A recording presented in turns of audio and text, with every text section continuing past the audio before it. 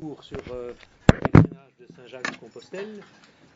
Comme vous voyez, les moyens audiovisuels sont sur place pour une raison très simple, c'est que Carlos Barros est très introduit dans la diffusion virtuelle de la recherche. Donc il a, depuis plusieurs années, mis beaucoup d'efforts à développer des diffusions sur le net, donc par un site qui s'appelle Historia e Debate, l'histoire en débat, en fait, en quelque sorte, les questions qui se posent actuellement et des réponses historiques qui leur sont apportées. Donc il y a quelques centaines comme ça de conférences et de témoignages de la recherche qui sont disponibles sur ce site qu'il gère à Saint-Jacques-de-Compostelle et qui est vraiment une espèce de palette de ce qui se passe dans la recherche historique. Donc Carlos Barros est quelqu'un qu'on connaît un petit peu ici, puisqu'il est déjà venu quelquefois à Louvain-la-Neuve, mais il y a quelques temps. En fait, il est notre partenaire de l'échange Erasmus que nous avons avec l'Université de Compostelle. Et donc, ça permet à ceux qui le désirent de faire un séjour d'études là-bas, ou alors un échange d'enseignants, donc comme nous l'avons fait dans l'autre sens il y a quelques mois. Et donc, c'est un plaisir de l'accueillir ici.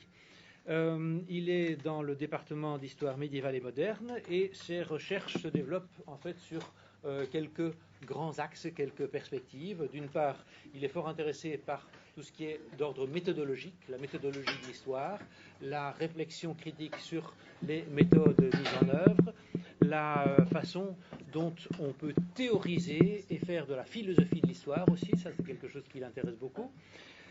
L'historiographie, il a développé des recherches sur, disons, le regard rétrospectif sur le travail historique, mais à la base c'est un médiéviste, donc historien du Moyen-Âge. Il a beaucoup travaillé sur, entre autres, ce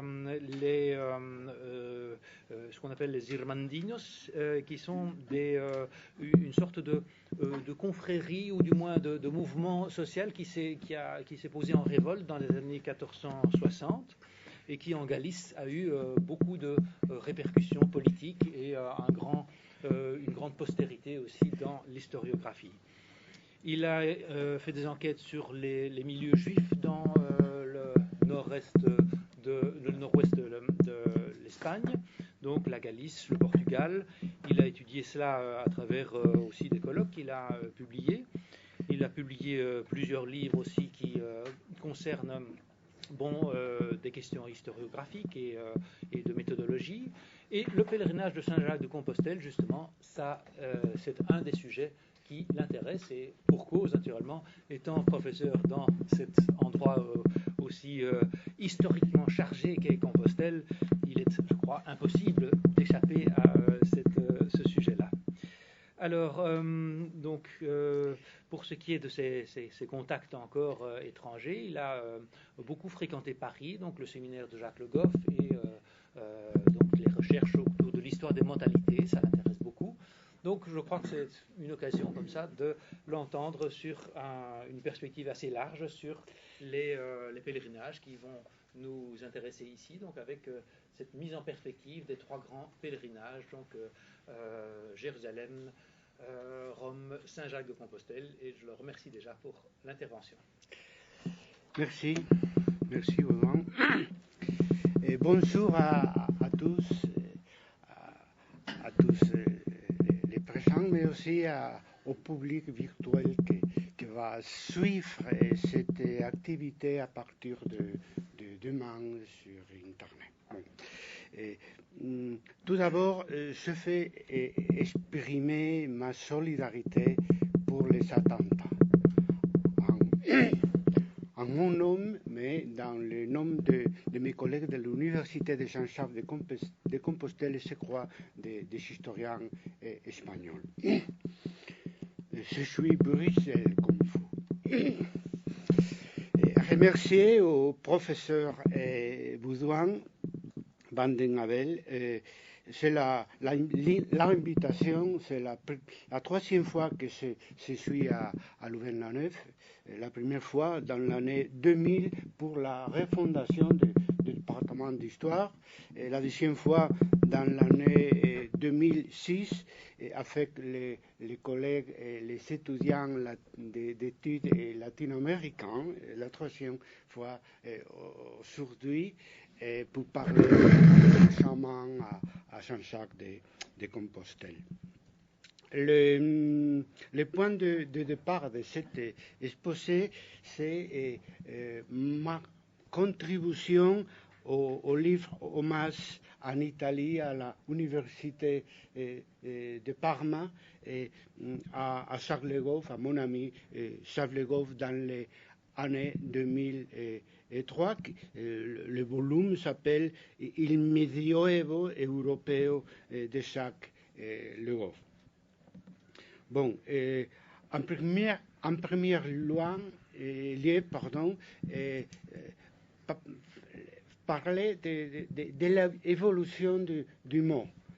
Peregrinus dans le latin classique, c'est étranger, simplement. Au début, le mot évolution pendant tout le Moyen-Âge. Dans Isidore de Séville, dans le 6e et 7e siècle, il dit que peregrino es el que se encuentra lejos de su patria, c'est-à-dire celui qui se trouve lors de sa patrie, simplement. De façon que au Moyen-Âge, le pèlerinage, c'est aussi visitare loca sacra. Il y a une réduction de sémantique, non? En principe, c'est l'étranger, non? Mais après, c'est l'étranger qui visitare loca sacra. Au XIIIe siècle, dans les partidas d'Alphonse X, le savant, non? Le roi de Castille, on fait des différences entre Romero et Peregrino. Romero est celui qui va à Rome, et pèlerin, c'est un peu longue la citation, je le veux dire en espagnol, et après faire très vite une traduction en français. Pèlerin,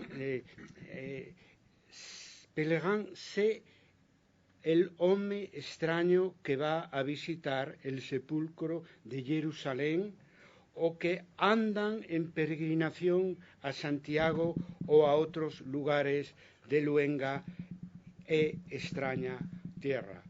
C'est-à-dire l'homme étrange qui va visiter les tombeaux de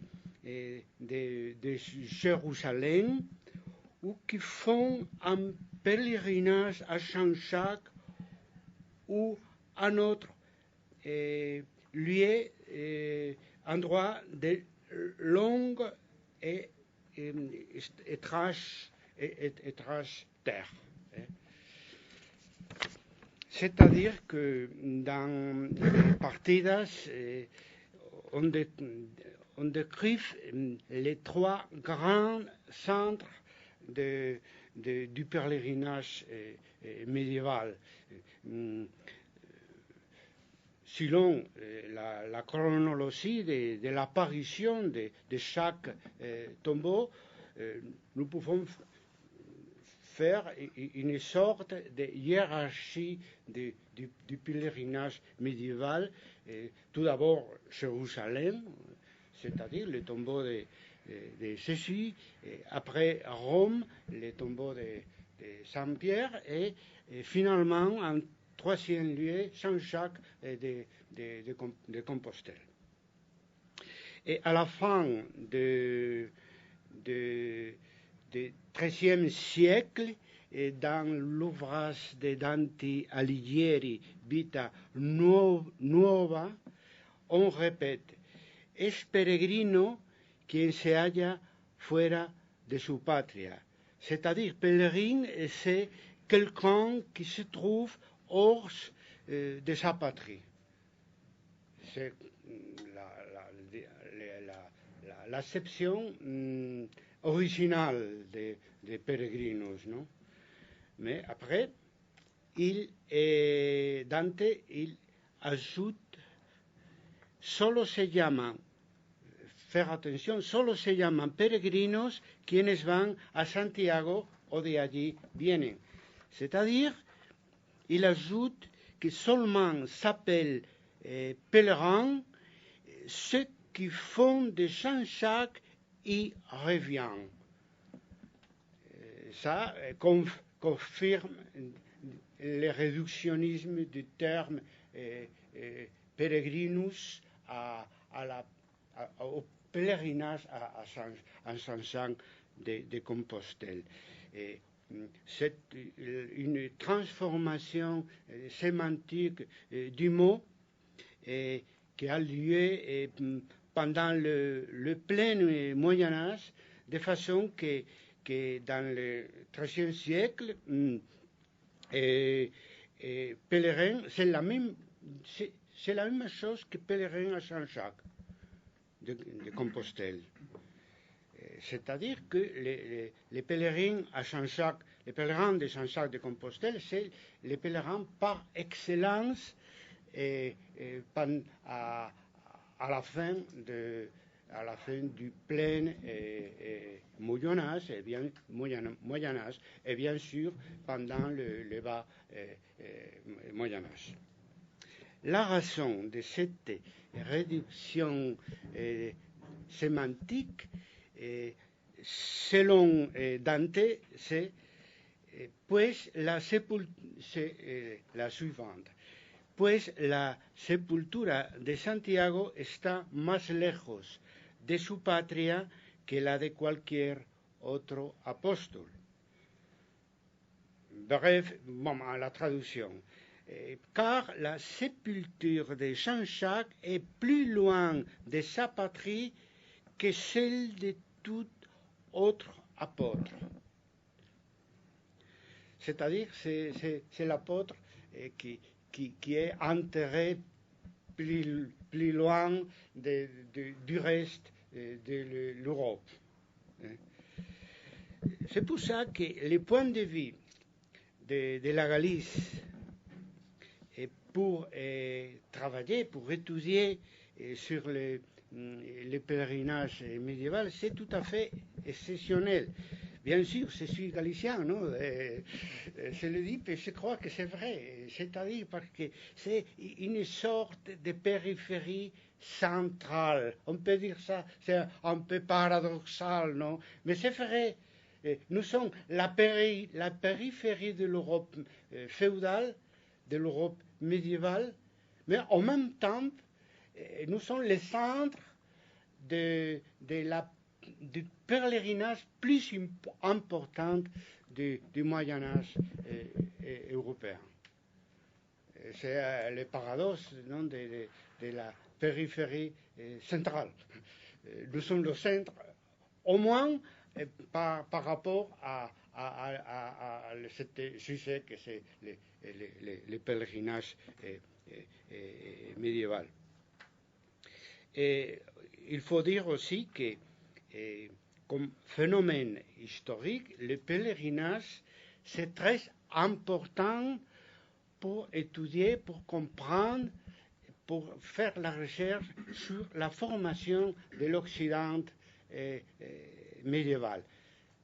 Bon, on peut dire que l'Occident médiéval n'existerait pas sans le féodalisme, c'est vrai, mais n'existerait pas aussi sans la mentalité médiévale, tout compris d'une façon ensemble. Et dans cette mentalité médiévale, c'est très important, la croyance religieuse. En dedans de la croyance religieuse, c'est très important le pèlerinage au tombeau. Particulièrement les pèlerinages à Saint-Jacques de Compostelle. D'après l'importance des reliques, il y a une hiérarchie dans le livre sacré. Non? En premier lieu, Jésus. Bon, le tombeau de Jésus est à Jérusalem, non? Dans la terre sainte. Hein? En deuxième lieu, la Pierre, Saint-Pierre, son tombeau est à Rome, et c'est les seules sépultures, la seule sépulture où il y a des restes de l'apôtre, vérifiés de façon empirique. Mais on verra que les problèmes, disons, le problème des restes, de l'authenticité des restes, c'est en tout cas un problème mineur. Hein?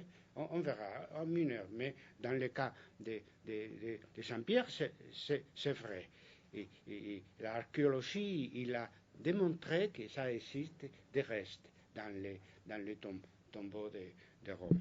Et en troisième lieu, Saint-Jacques, le majeur à Compostelle, que c'est les tombeaux plus récents, à partir du 9e siècle, par comparaison avec Rome et auparavant avec Jérusalem. Nous savons que Saint-Jacques le majeur, c'est le fils de Zébédée, c'est aussi le frère de Jean, l'autre apôtre, non? Et c'est très important, le leader de la communauté chrétienne de Jérusalem.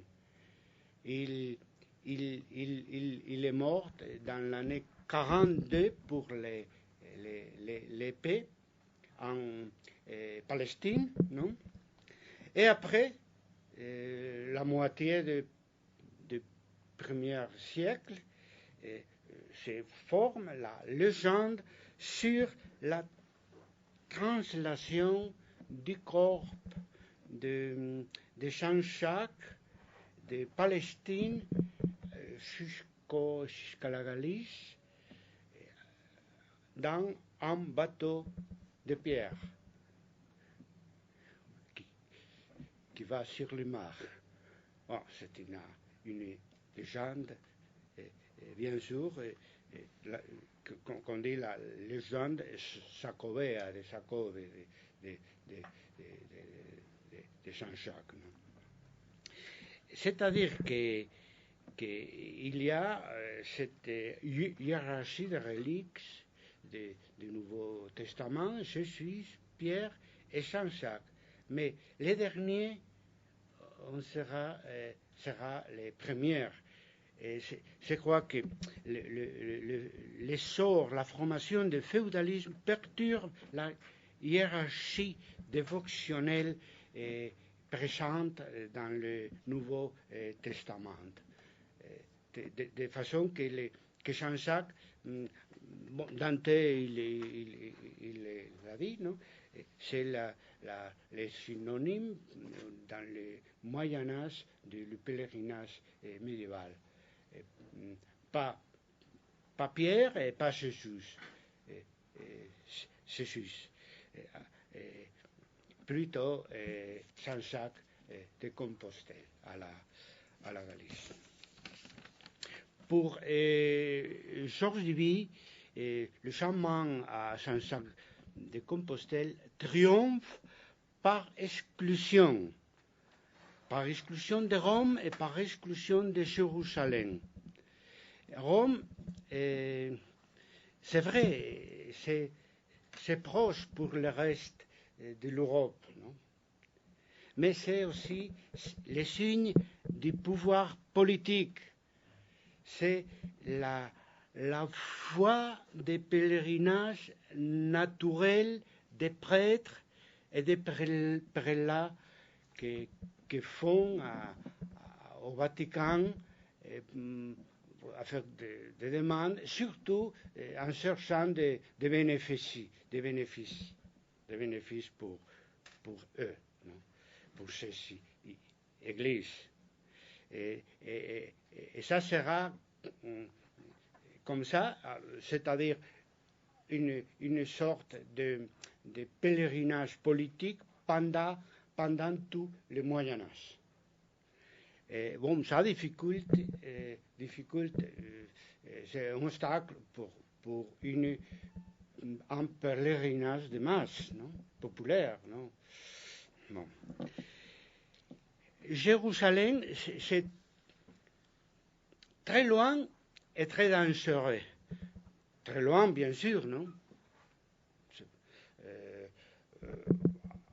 Dans le Proche-Orient, c'est-à-dire pour aller sur le chemin, c'est très compliqué, il est très dangereux, et même il nous favorise pourtant, par conséquent, il nous favorise un pèlerinage massif.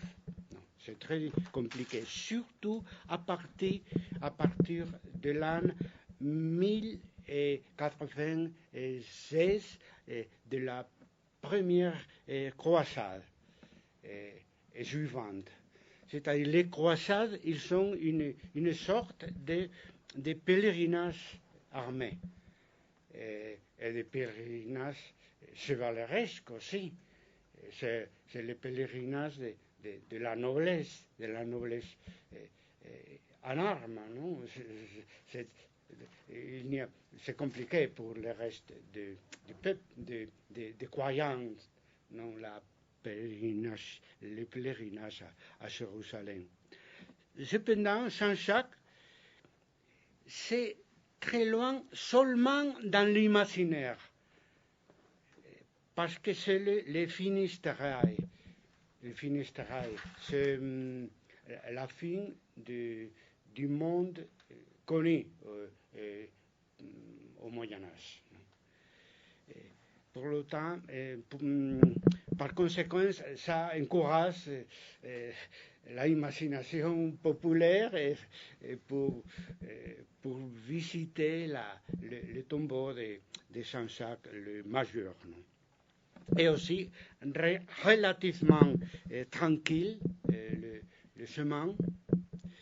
Et la Galice devient dans la péninsule ibérique très vite arrière-garde, une arrière-garde de la guerre contre l'islam. Et alors il y a une certaine tranquillité pour faire sécurité pour faire les chemins, les personnes normales, non? Et pas seulement les chevaliers et les pèlerins armés. Et aussi le pèlerinage à Saint-Jacques, un pèlerinage pacifique, pas élitiste. Il avait beaucoup de possibilités pour un pèlerinage populaire. Et nous pouvons rechercher ça dans l'iconographie. Il y a 3 types d'iconographie de Saint-Jacques de Compostelle. Il y a un Saint-Jacques pèlerin, il y a un Saint-Jacques chevalier, il y a un Saint-Jacques assis. Bon, je vais. Et s'impose au plein Moyen-Âge le Saint Jacques pèlerin avec la tunique, la coquille, les bourdons, le chapeau. Que c'est un Saint Jacques pacifique, et très proche à la culture populaire et à la, on peut dire, à l'église de base. C'est un terme actuel, mais nous pouvons l'appliquer, non? C'est-à-dire que les Saint Jacques pèlerins s'imposent contre les Saint Jacques chevaliers, les Santiago Matamoros, les Saint Jacques Matamoros de la guerre contre les gens, et aussi les Saint Jacques pèlerins triomphent contre les Saint Jacques assis en majesté. Comme moi, à ce moment-là, mais bon, de façon plus importante, avec des fauteuils très importants et tout ça, non? Et comme signe du pouvoir ecclésiastique. Le pouvoir ecclésiastique. Il y a aussi les Jésus en majesté, mais il n'est pas aussi les Jésus du peuple. C'est le Jésus de hiérarchique, non, du pouvoir, mais c'est comme ça pour Saint Jacques de Compostelle. En plus, le règne de Galice c'est un royaume sans roi propre. Bon, le royaume médiéval de Galice appartient à la couronne de Léon et Castille. Mais c'est un royaume très avec une identité très forte, même linguistique, non? Mais sans pouvoir politique propre. Je veux dire, je dis ça, vous savez, vous va savoir pourquoi, non?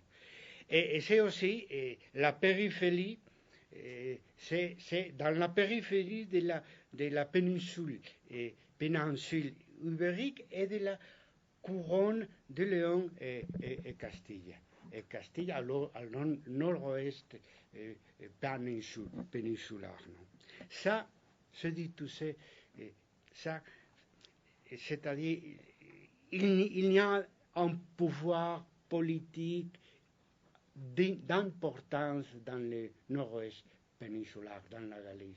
Et ça facilite le consensus politique, c'est-à-dire l'appui de toutes les monarchies européennes catholiques et de toutes les églises dans la péninsule ibérique chrétienne, hein, et dans toute l'Europe. Il y a des polémiques, il y a des discussions sur des pouvoirs.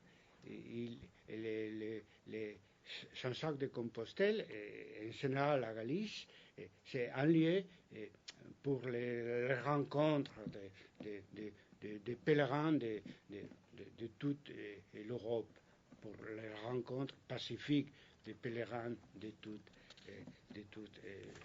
l'Europe. Bon, la cause essentielle du succès de Compostelle, à mon avis, c'est le changement de la religiosité dans le plein Moyen-Âge. Nous savons qu'André Vosset, il a étudié très bien la spiritualité médiévale, et il parle d'un remplacement du Vieux Testament pour les Nouveaux Testaments. C'est très important.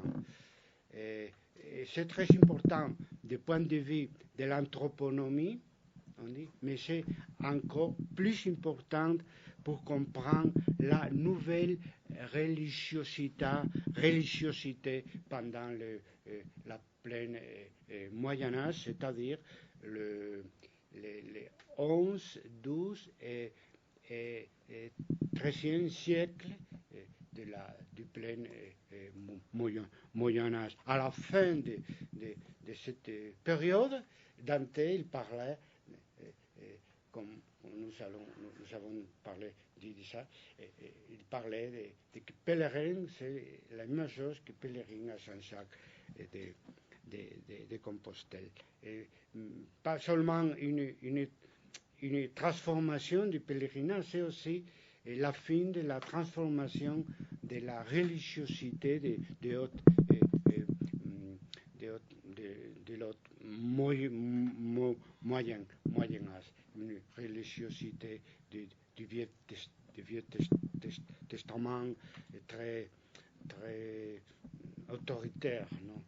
Le Dieu trônant, enfin, c'est très différent de Jésus et le Nouveau Testament.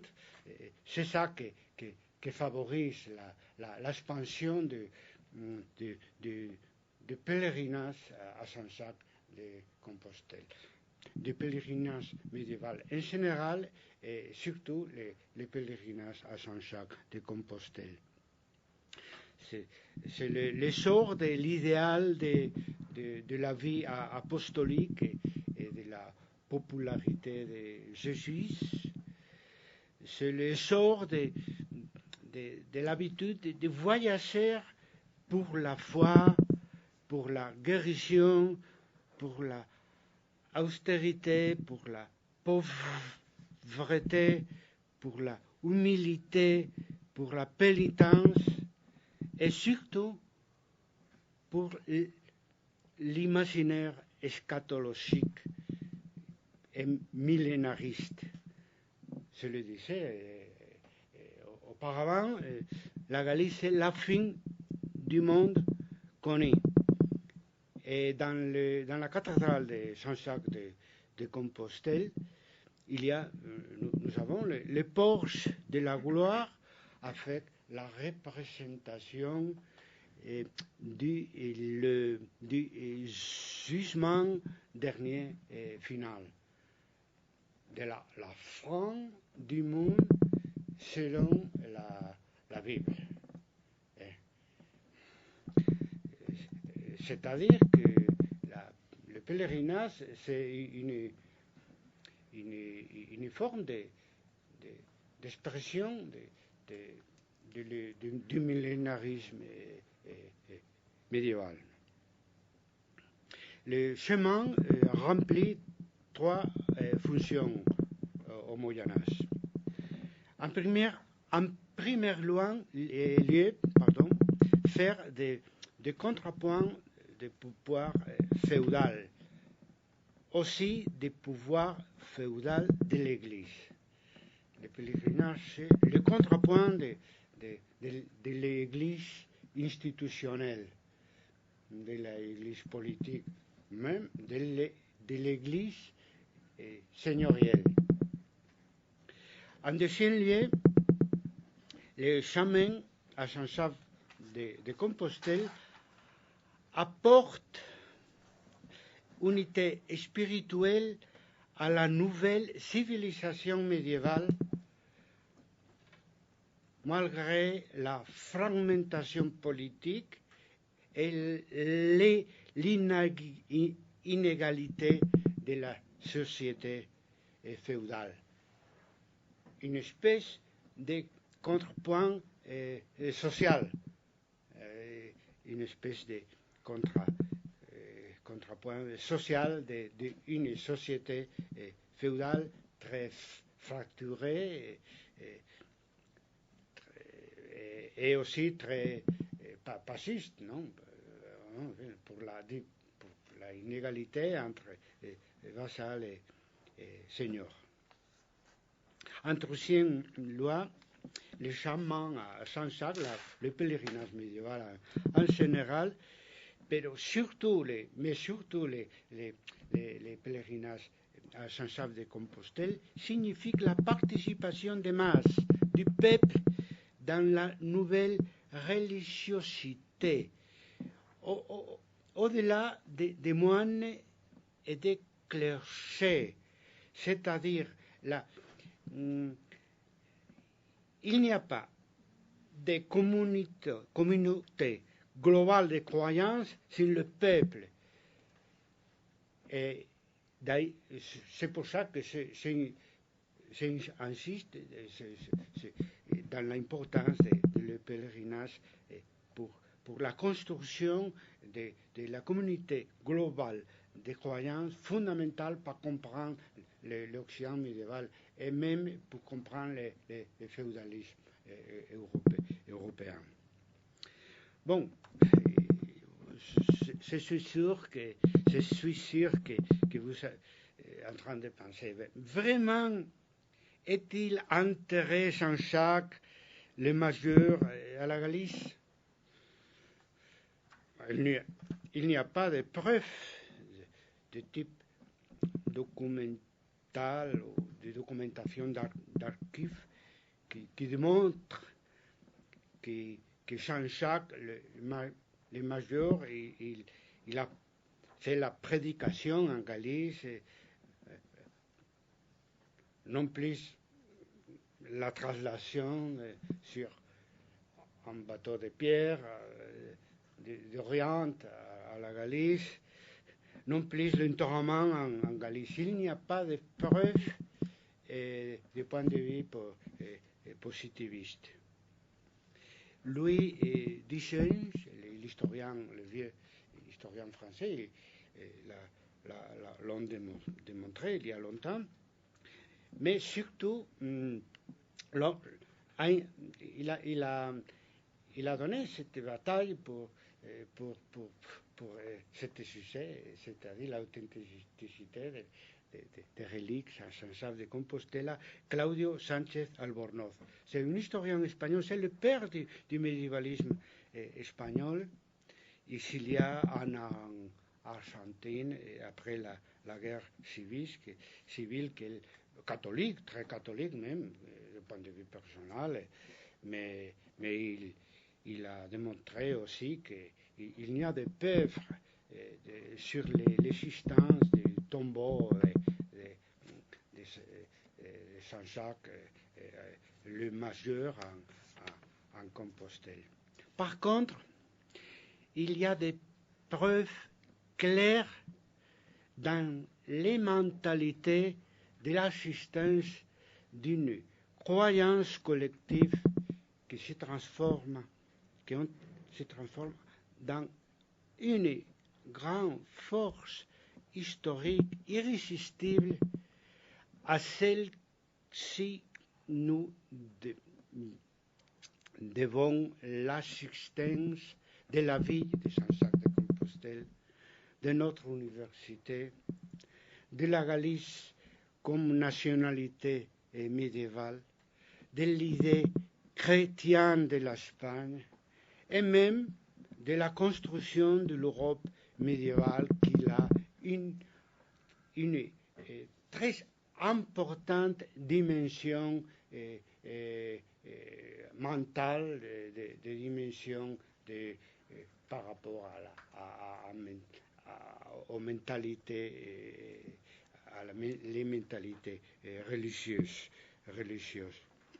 Alors, cette vérité est plus importante historiquement que la vérité purement positiviste.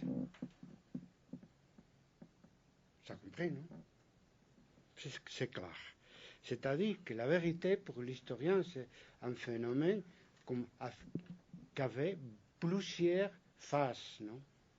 Pas seulement la preuve documentale, du document, que c'est des sources, que c'est tout à fait important pour nous, mais pas seulement, parce qu'il y a des preuves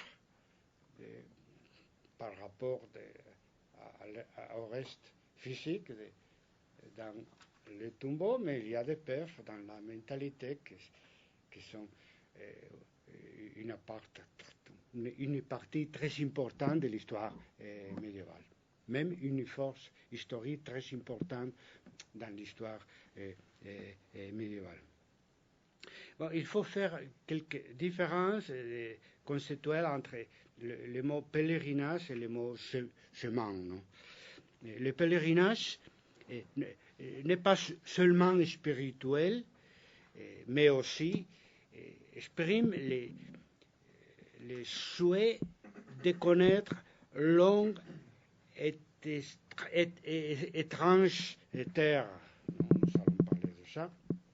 Et le chemin, c'est à l'envers, c'est-à-dire ce n'est pas seulement matériel, comme un itinéraire, non? Matériel pour faire le chemin, mais aussi c'est une réalité spirituelle, surtout pénitentielle. Il faut dire que dans les sources médiévales, on dit les chamans français pour parler des chamans principaux, bon, qui commencent dans la péninsule ibérique, dans les Pyrénées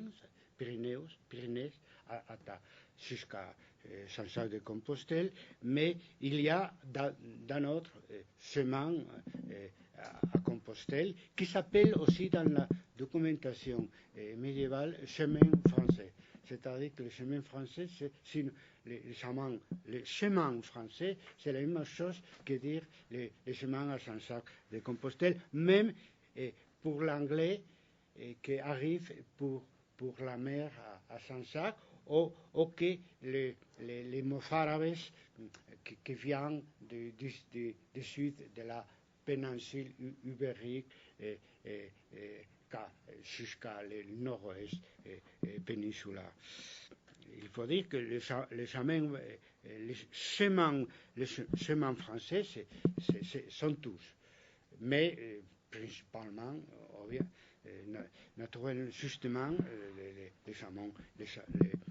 chemins qui viennent de la France, parce que dans la France, on se fait les rencontres avec les petits chemins qui viennent du reste de l'Europe, et en concret la Via Francigena de l'Italie, que c'est auparavant le chemin à Rome, donc qui s'est diversifié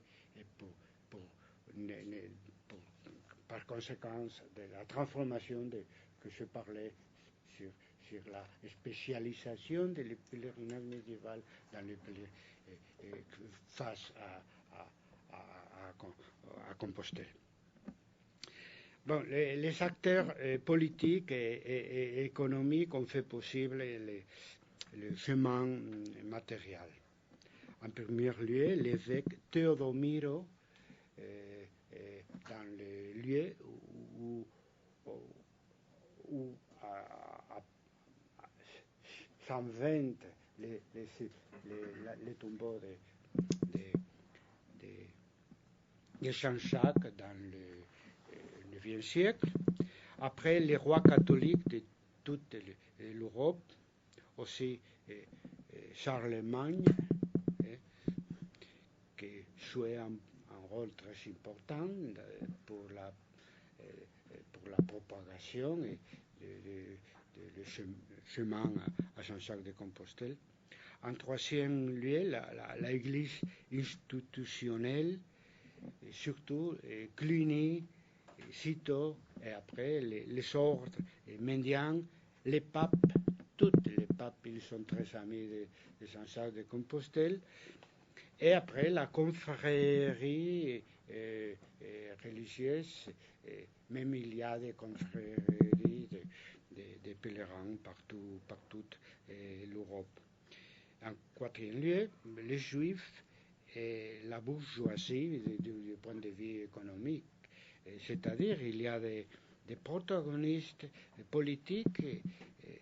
Le pouvoir favorise beaucoup les chemins à Saint-Jacques de Compostelle, surtout les chemins de type dans sa dimension matérielle, non?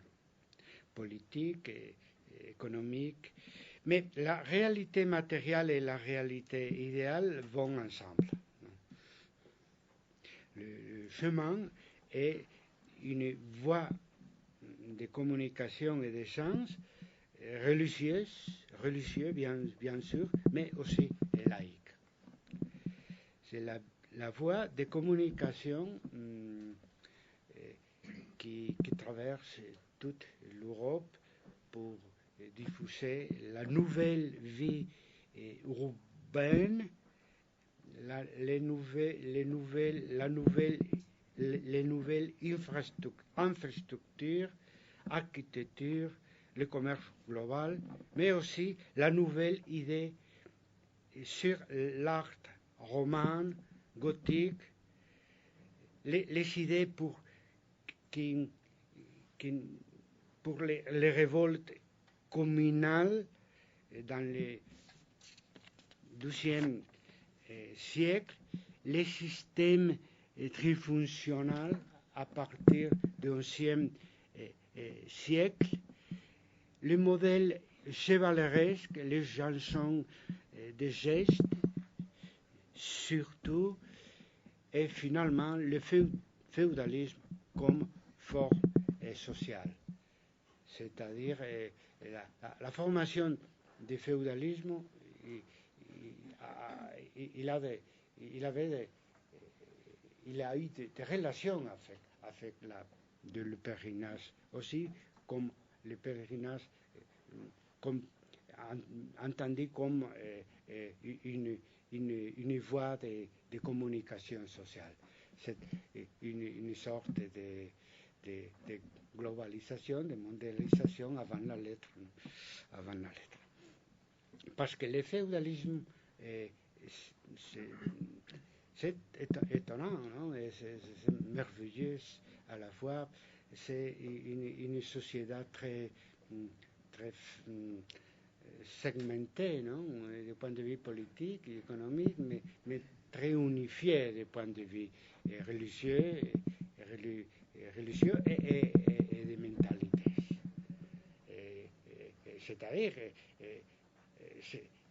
sans voie de communication, de nouvelles, c'est impossible penser dans l'Occident médiéval comme une société unifiée. C'est-à-dire que, non, je répète ça, les réseaux de chemins à Compostelle permettent d'unifier pour les commerces, mais surtout pour les mentalités, l'Europe féodale comme civilisation, comme une nouvelle civilisation. Aussi, les royaumes chrétiens du nord de la péninsule ibérique en lutte contre l'islam. Ce qu'il s'appelle la Reconquista. Pendant 8 siècles, la unité des chrétiens du point de vue politique et militaire contre l'Andalus, l'Espagne islamique. Bon, nous ne pouvons pas le comprendre sin la unité qui suppose les chemins de Saint-Jacques de Compostelle qui traversent tous les nord de la péninsule ibérique.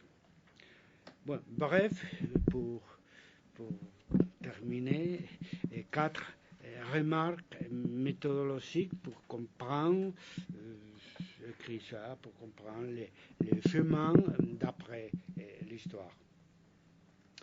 En premier lieu, il faut aller au-delà du positivisme et faire histoire des mentalités pour comprendre le pèlerinage à Saint-Jacques et je crois pour comprendre l'histoire médiévale de l'Europe. En deuxième lieu, il faut mettre en œuvre une démarche où les relations réelles sur les chemins, il faut accepter qu'ils sont bilatérales, bidirectionnelles, multidimensionnelles. On peut dire qu'il faut faire une histoire en réseau pour comprendre le multidimensionnel. Il y a une partie économique, une partie sociale, une partie spirituelle, de mentalité, de pouvoir. Pour comprendre le pèlerinage médiéval, je crois aussi qu'il faut comprendre la société médiévale. En troisième lieu, une petite remarque pour dire que dans la historiographie des années 60 et 70, l'hégémonie de l'histoire économique nous fait oublier le rôle principal de la croyance pour étudier, pour comprendre le pèlerinage. Et je crois que pour étudier, pour comprendre l'histoire médiévale en général. En quatrième lieu, un peu en conclusion, il faut faire une démarche que nous partageons dans l'histoire en débat, dans le réseau actuel de l'histoire en débat, c'est faire une histoire mixte comme une histoire globale, en étudiant les interrelations de différentes dimensions. Et quand je dis ça, je me rappelle des exposés des élèves dans l'activité que nous venons de faire à notre salle. Dans cette